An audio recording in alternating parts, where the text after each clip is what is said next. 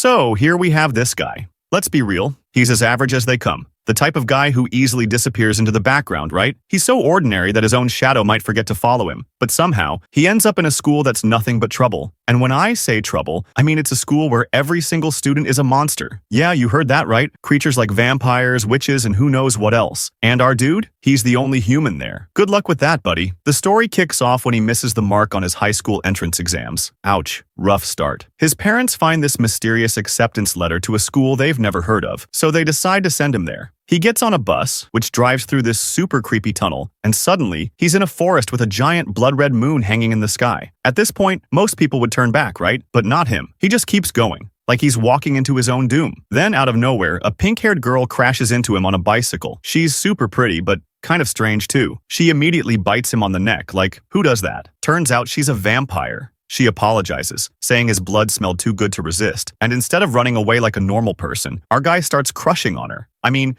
she's the first girl who's shown any interest in him, even if it's for his blood. Not long after, he discovers that the entire school is filled with monsters, all disguising their real identities. The #1 rule: no humans allowed. If anyone finds out he's human, he's in big trouble. But guess who's got no poker face? Yep, this guy. He's always one wrong move away from becoming someone's next meal. In class, the vampire girl becomes super attached to him, always hanging around and calling him her friend. Of course, this makes all the other monsters jealous, especially this group of bullies. Their leader is a tough guy who thinks he runs the school. He decides that our hero needs to be taught a lesson. After all, how could a weak, clueless guy like him get close to such a pretty vampire? But our vampire friend has other ideas. When she hears about the bullies, her personality does a complete 180. She unleashes her true vampire form, effortlessly overpowering the bullies and putting them in their place. One second, she's sweet and shy, and the next, she's fierce and unstoppable. And what does our hero do? He just stands there, amazed, wondering how he's still in one piece. Things get even crazier when more girls start noticing him.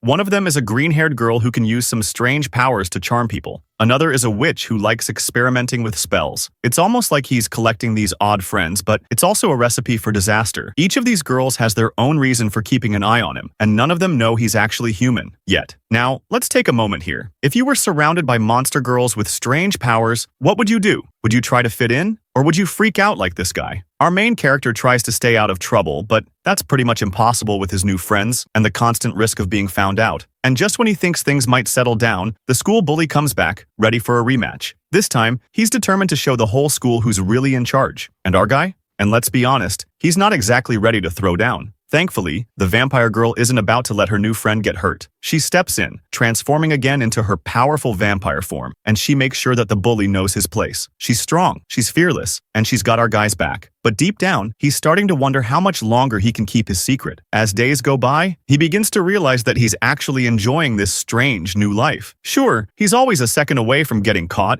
but he's never felt this important before. Back in the regular world, no one even noticed him. Here, every day is an adventure. But each time he gets close to these monster girls, he risks blowing his cover. To make things even more intense, the student council, the group that enforces the school's rules, starts paying attention to him. They don't know he's human yet, but they're suspicious. And if they do find out, he's definitely in trouble. Now he has to decide, does he keep his head down and try to survive? Or does he stand up and protect the new friends he's made? It's not easy when every day feels like a game of hide and seek with your life on the line. And while he's struggling to find his place in this monster-filled world, there's still a big question hanging over his head. Will he find a way to fit in, or will he get caught and face the consequences? As his story unfolds, you can't help but wonder, will he survive in a school where he doesn't belong, or is he just delaying the inevitable?